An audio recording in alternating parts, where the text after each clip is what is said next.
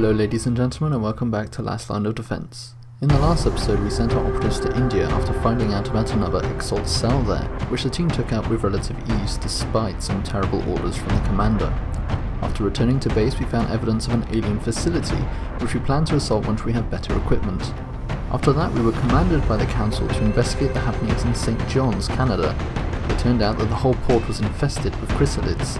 It was there that Porlak, our greatest soldier to date, fell. The mission was a success, however, and the team is on their way back to base.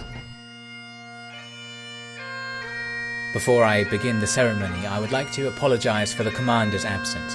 He's not taken the loss very well. Anyway, Magdalena Pavlak was the best soldier the Xcom could have asked for. She led her teams through countless successes, saving her comrades' lives again and again and again.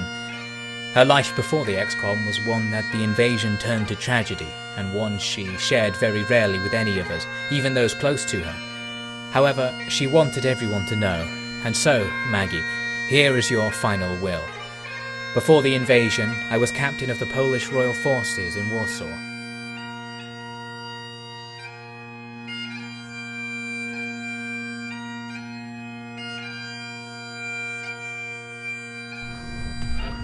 So the team, having returned from their mission, we have two promotions. Guzman becomes a captain and Shao becomes a lieutenant. That being done, we get panic reduction around the place, which is great, for the cost of the life of one of our greatest soldiers to date, with 35 kills in 17 missions. Vandor Pavlak is dead. Also the music just plays again because it's the same music. Yeah, that's right, I'm so good at this. So Buff Fournier with her 12 kills to 9 missions. But yeah, kills to death, pretty good. Pretty good stuff. But we're just gonna move it on here, and we're gonna go straight to just do a mission control scan for activity. So straight away we get an alien terrorizing in Moscow. So I guess that's what we do, and we're going to move the team around. We're going to clear a few things, and this is going to be our team for this mission. We're going to swap out our team quite a bit just to level up a load of people around the place so that we don't get fucked like before. The operatives having touched down in Russia, we are now going to try and clear as much of the area as possible. We have to kill everyone, we have to save a bunch of civilians. There are 18 of them on this mission compared to the usual 16, meaning that this map is pretty big, so they put a little bit more civilians for us to try and get to. This looks very similar to St. John's in Canada. I also completely fucked, oh no it's not, it's an MEC. I thought I fucked that up but I didn't.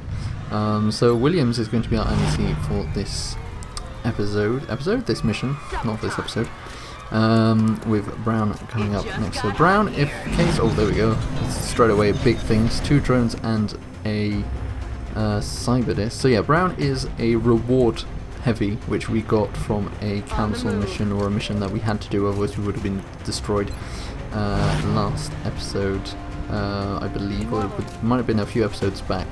Either way, the team is going to go into Overwatch, and we're going to try and do our best to not get anyone killed this time.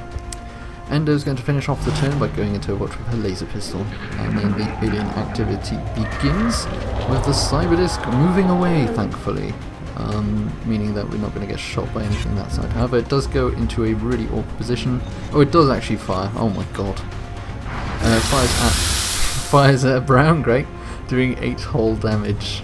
Also get a civilian who is killed, only 3 damage though, which means that it's a very low damaging thing.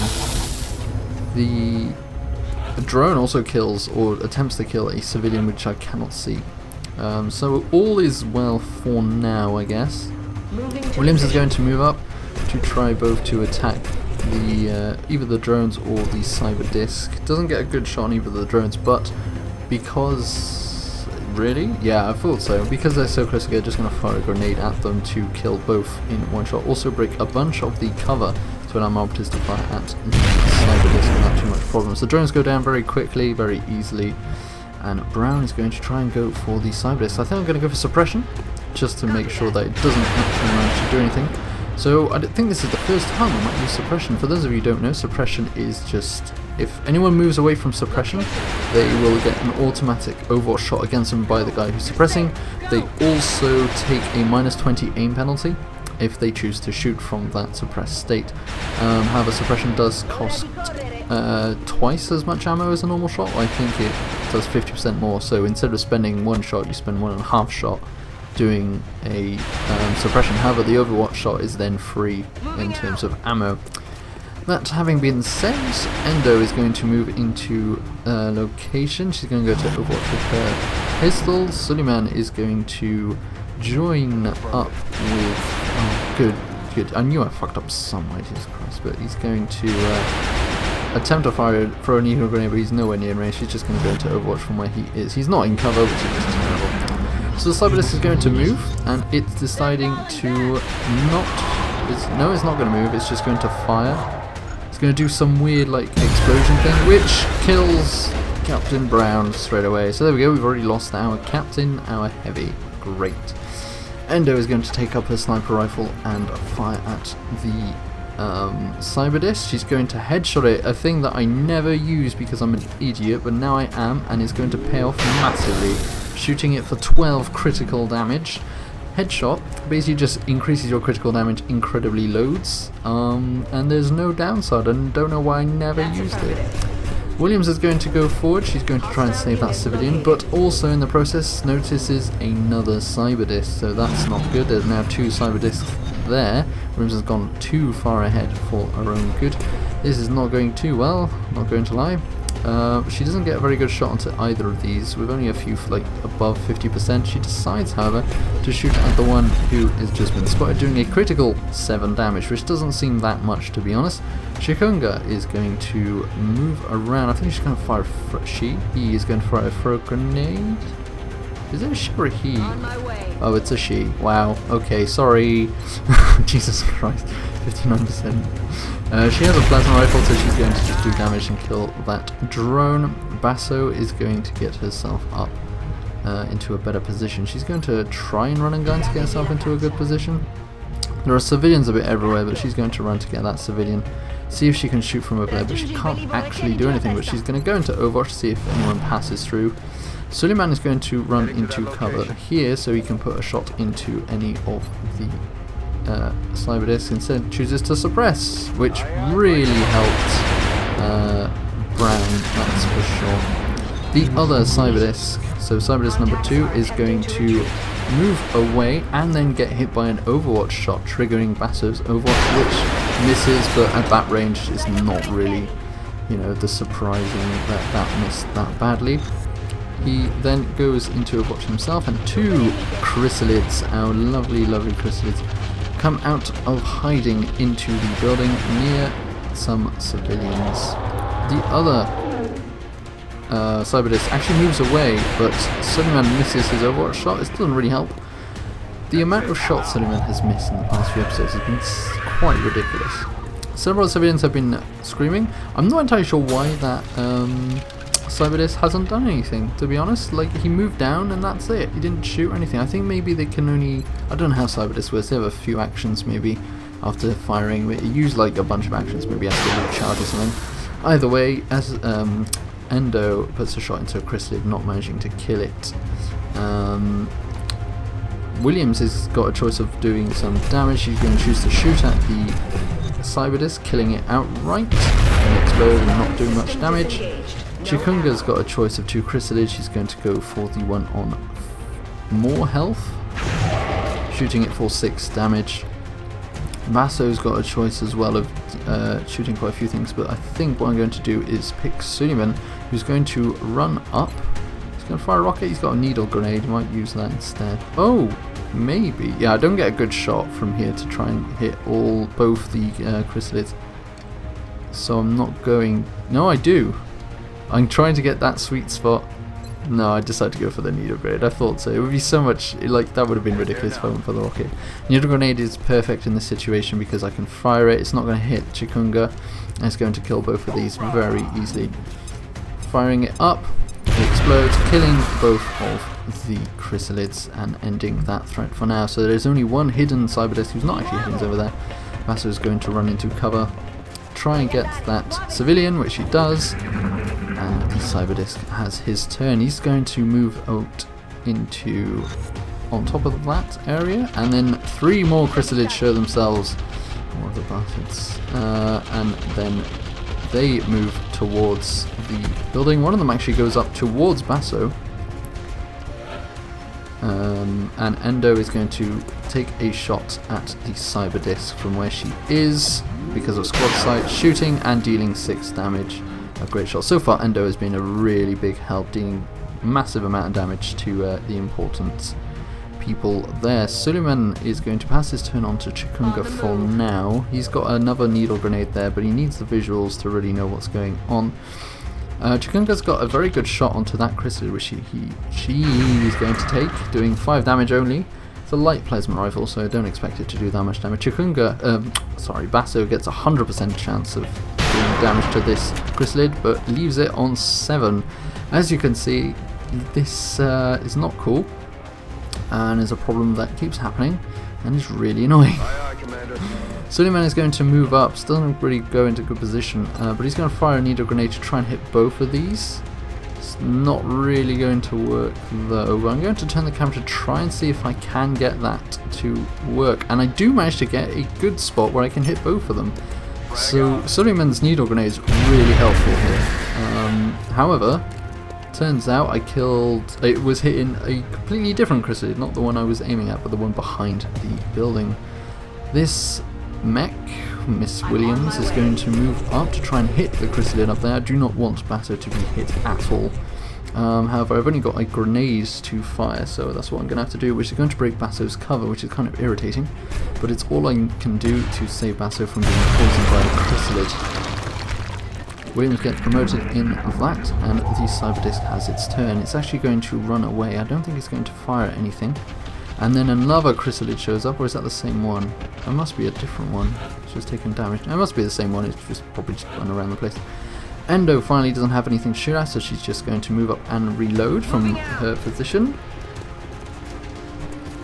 which is all she needs to do. Suleiman has a shot to do at the chrysalid, but he needs to reload, as does Williams, who could potentially run. Yeah, she's going to run away and reload, which puts in visuals with the Cyberdisc, but she can't get hit by the chrysalid.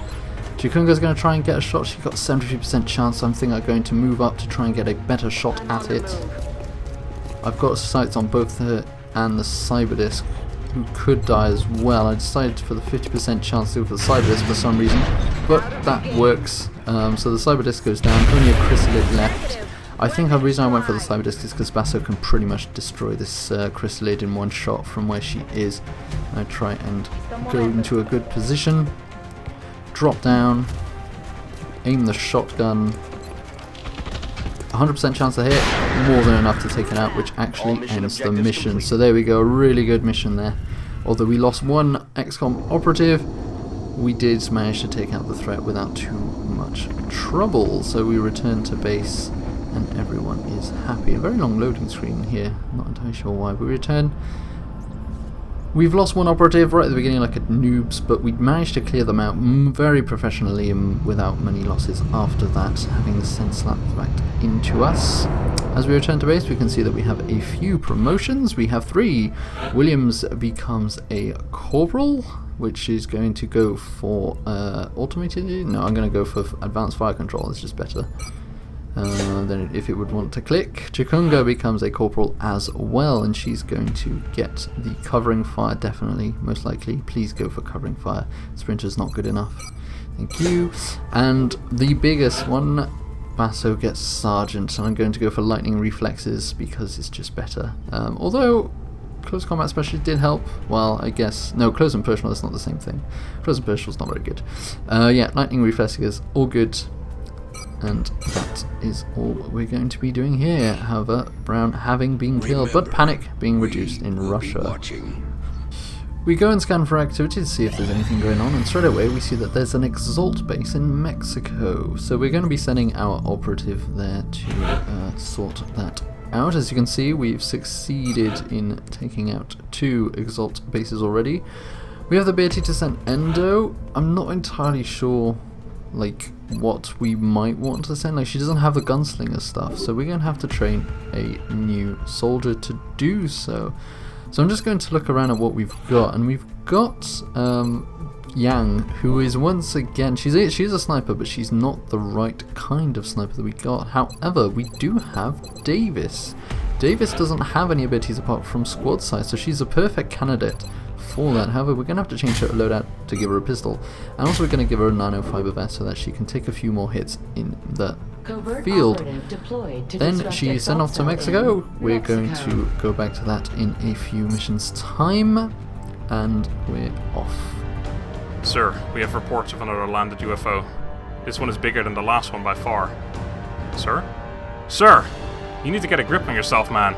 Even if an operative dies, they know the risks. We all do. And having you moping around feeling sorry for yourself is not going to solve anything. The Council has entrusted you with a mission to defend the Earth. You can't let them down. You can't let all of those who died thus far down. That will be the true insult. As soon as we scan for activity, we see that there is a UFO landing site here in Mexico. What we're going to be doing is sending a team, which won't be this one, it's going to be this one instead. Different team for us to do, and we're just going to send them off to Mexico to deal with those aliens.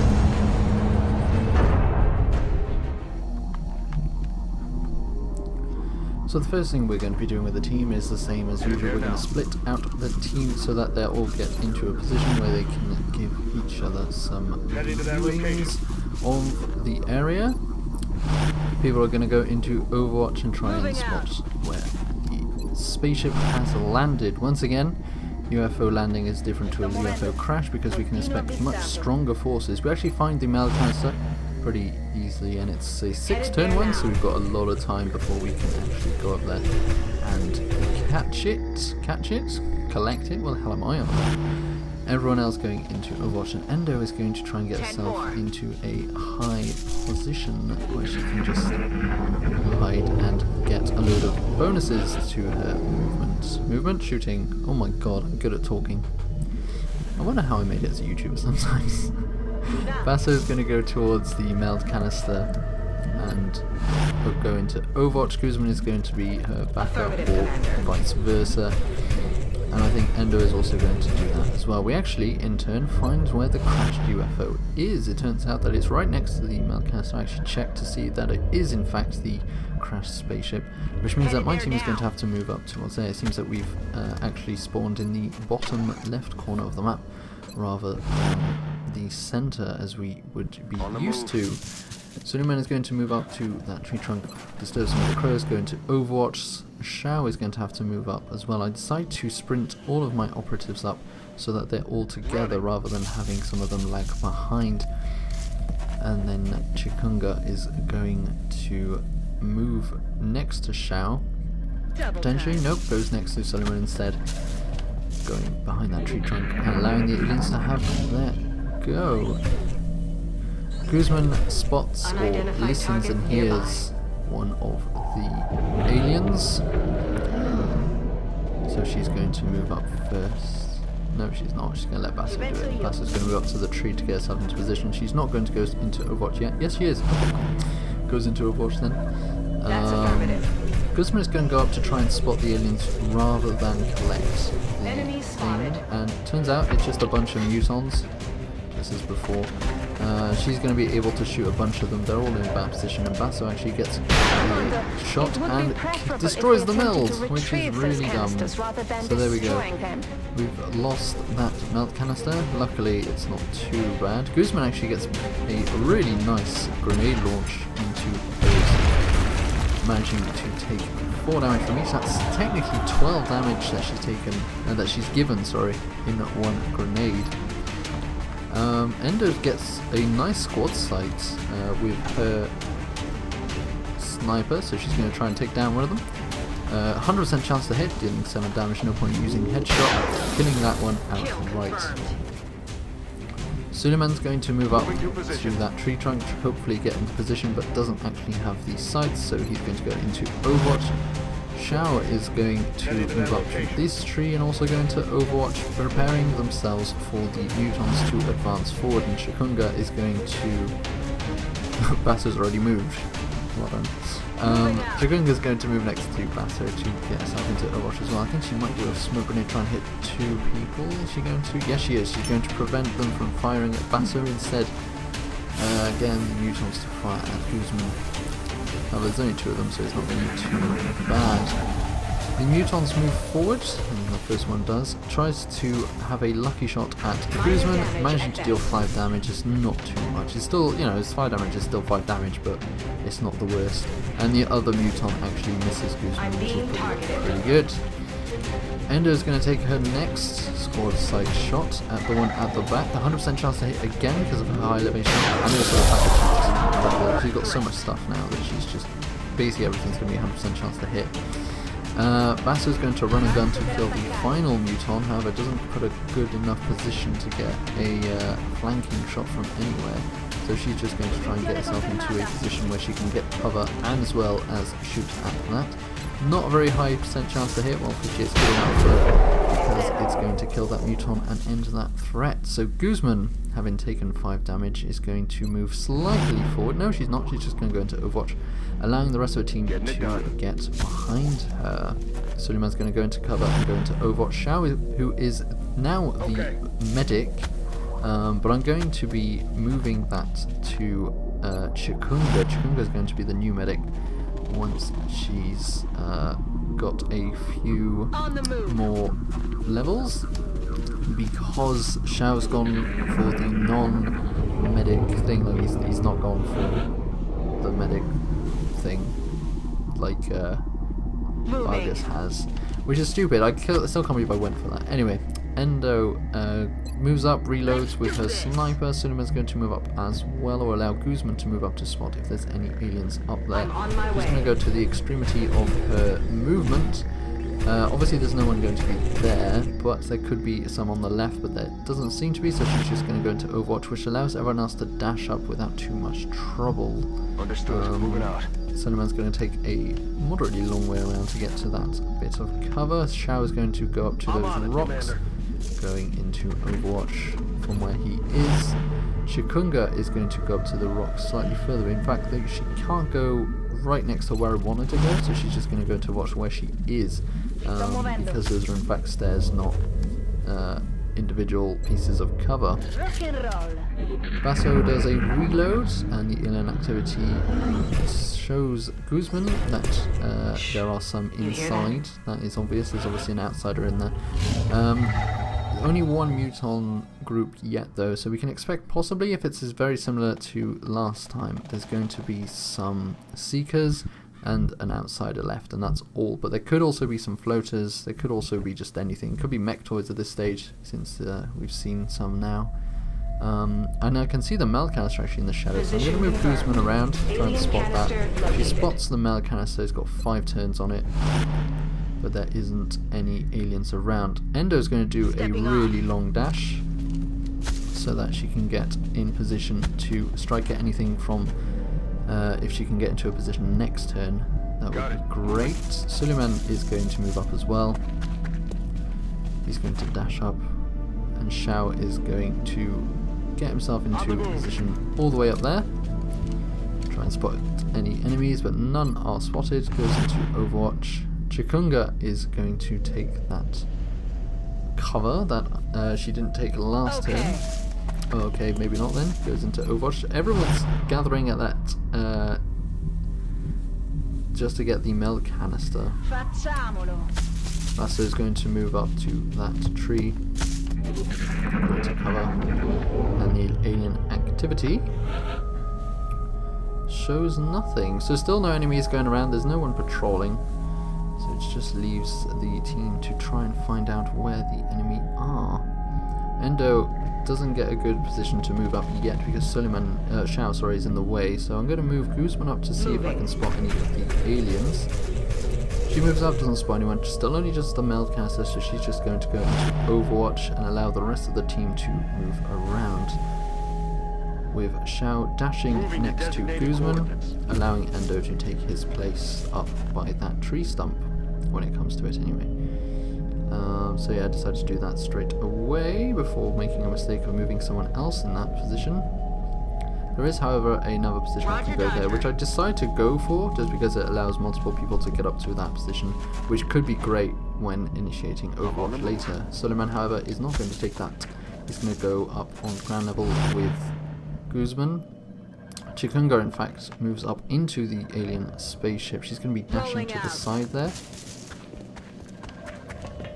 And Vaso is going to join her, trying to get as close as possible to the team, whilst also going into the spaceship. Doesn't spot anything inside. However, we do see a cyber disc. It's not a floater that we're going to be dealing with, or seekers, but a cyber disc. The drone goes down, and the cyber disc gets hit by Suleiman's Overwatch, having been doubtfied only, but it does go into Overwatch itself. So we have to somehow kill that. Endo's in a really good position to try and attack it there, so that's always good. So Endo's going to be the first person to shoot at it, going and doing a headshot for 100% critical chance. Firing and killing it outright with one shot. That is why headshot is great. And Endo has just become really powerful, just overall through the amount of times and upgrades that she's had. Suleiman walks up and goes into Overwatch. Shao is going to walk up as well, going into Overwatch. I don't think that there would be anything except the outsider at this stage. Chikunga is going to allow Vaso to take the move first in case we spot the outsider, but we do not seem to, so she's just going to go into Overwatch. Guzman's going to move up towards the meld and collect it. Enemies in sight. Seeing in fact that there are seekers. Ooh. Who enter stealth mode straight away, so we have a bunch more enemies than we were expecting. She collects the meld, goes into Overwatch, and Chikunga is going to move next to Suleiman, going into Overwatch as well, leaving Bass on her own, but the Seekers don't have that much movement, or enough movement anyway, to go there. During the inactivity, one of the Seekers tried to go for Chikunga, but gets killed by Shao? Suleiman missed. What a genius. I think Guzman might have missed as well, but it didn't seem like she would have. And during the rest of the inactivity, nothing else happens. Endo is probably going to dash up. Chikunga, we can see what happens later. Chikunga's going to open the doors, spot that there's no one there, so she's just going to go indoors and go into Overwatch. Vaso's going to open this door, see if she can spot the outsider. But there's no outsider there, so she's just going to move up, I believe, or not move up. She's going to stay back into Overwatch because I need team support, Headed there now. which is going to be given by Guzman, who's going to move up, so she's got line of sight on Vaso to give Overwatch in case of a Seeker attack. Endo is going to have to move up, and she in fact is going to dash all the way to be next to Suleiman. Suleiman is going to take the other side of the door and go into Overwatch. And then Shao is going to move as far as he can, get himself into cover next to the melt canister, going into Overwatch as well. Waiting for the Seeker to appear. During the alien activity phase, we see more aliens, mutons this time. So many different groups here. This is completely different to the alien ship that was landed last time when there was only 3 groups. Here there's like 5, including the outsider. But the mutons running away do get shot at by Overwatch, although not hit. Suleiman really not very good when it comes to Overwatch. Much better when he triggers his own hits. So there's still a Seeker out there, and there's a bunch of mutons. Shao spots one of them, but it's quite a low percentage chance, so he's actually going to suppress, which is something that wouldn't usually take for my supports, but it's going to be good enough this time. It's going to come in handy. Going to move Chikunga back, and she's going to go into Overwatch where she is. Maso is going to run all the way back. I say all the way, a little bit back, so she gets her Overwatch shots. Guzman is going to go back, however, herself. Spots an extra muton and tries to shoot at it with 70% chance to hit, 60% critical. Shoots, does a critical enough to kill that muton. I believe it's critical, it would have been. Yeah, it was. Kill confirmed. Endo doesn't have a shot from where she is. She's going to let Suleiman take the movement first. He's going to go into full cover and go into reload. Ready to rock. And then Endo's going to go and watch with her rifle where she is straight away. The Seeker then tries to go for Endo, sorry, but Chikunga takes it down before it can do anything. So no Seekers, and the Mutons didn't do anything that turn. Xiao, however, doesn't have any more ammo, so he's just going to reload. He's going to move up and reload, apparently. Doesn't get hit by an Overwatch shot, which is good, but doesn't exactly spot any more Mutons either. Guzman is going to move up. Headed there now. She jumps up there, sees another Muton, but still no Overwatch shot from either of them. She doesn't have enough ammo to fire, but she's got enough to launch a grenade, which is what she's going to be doing, dealing another 8 damage from the 12 from her grenades, which is a huge amount of damage in total. And the Mutons both lose their cover, which is good. Endo still doesn't have a good position from where she is. So she does now, but she can't do anything with it. So she's going to switch to a pistol, go into Overwatch. Suleiman's going to move up from his position now that he's reloaded, and he's going to shoot at the Muton that you can see, killing it for 6 damage, leaving only 1 Muton left and the outsider when we get to that. Basso, I'm looking at where I can run and gun with her, and it does seem like I can get to a good position, but I don't think I can run and gun it, so I'm just going to go into a position where I can have cover, which is over here. So I dash her to get into cover, and then Chikunga is going to move up next to Suleiman, but she doesn't see the Muton, so she's just going to go into Overwatch. She can't use her smoke grenade because she's already used it this turn, I believe. The remaining Muton's going to run into that cover and try and shoot at Guzman, but luckily Chikunga's got a covering fire shot, although she misses, which is pretty horrendous. It's not horrendous, but it's just a bit annoying considering that Guzman could have taken damage there, but luckily the Muton misses, which is always good. So Endo's going to put an end to that Muton. No, she's going to let Basso do it. Oh, because Basso wants the kill, of course. So yeah, so Basso's going to go for the run and gun so that she can get the kill and get the experience. We need a new high level assault since we do not have one after Pavlak's death. She gets herself into a good position, but not one where she can get 100%, but 74%, more than enough to miss, you know. Meaning that Endo might have to take that shot in the end. She knows Guzman's going to go up there with her kinetic strike and end it where it needs to be ended. Striking down the Muton with a fist of fury, and also breaking that cover down. So the mission still isn't ended. There's an outsider still out there. We're going to try and have to find it. Endo's going to dash into the spaceship. Suleiman's going to do the same, dashing in. Since the outsider doesn't move around the spaceship, it's always good. You can just get everyone prepared to attack. Prepared to attack? What the hell am I about? Just prepared to get into that position to strike at the outsider should it come to it. And then Chikunga is going to dash up first. I'm actually going to accelerate the footage after this turn and alien activity so that you guys don't have to wait around for me moving into position. Having fast forwarded the mission, we can now see that after a very few minutes I open the door and boom, there is the outsider, which we're going to take out very quickly with a shot from Basso most likely. She's going to run forward, get herself into a position where she can flank him. Can't actually flank him, but 96% more than enough to hit. Critical damage, and there we go, an excellent mission. Apart from losing a bit of meld, we return to base to see a few of our promotions, including Endo, who becomes our second active colonel. Second colonel in turmoil, actually, and she's definitely going to go for a double tap because it means she can use 2 of the actions instead of 1, which is pretty good. She can shoot twice basically. It's great, it's fantastic, it's just ridiculous at that point. And then in the zone is kind of moderate, but yeah. We also get Basso up to Lieutenant. She's going to go for double shot, or rapid fire as it's called, because it's just better.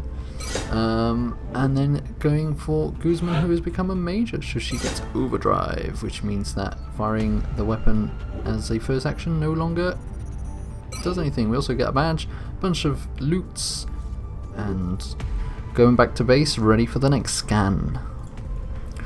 And the scan shows that we get our plasma rifle research done straight away, which is pretty cool.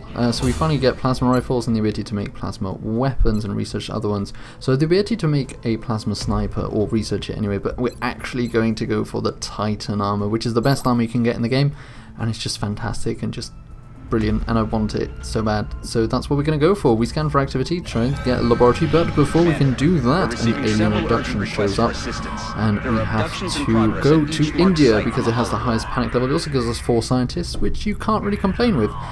So that's always cool, but I do really want engineers as well. We're going to go for the scientists though, and we're going to be taking a different team. We're going to be taking this team, and we will be doing that next time. So thank you very much for watching, guys. Hope you enjoyed this episode. Thank you also to Devin and Donkey for joining me for this beautiful campaign, and I'll see you next time.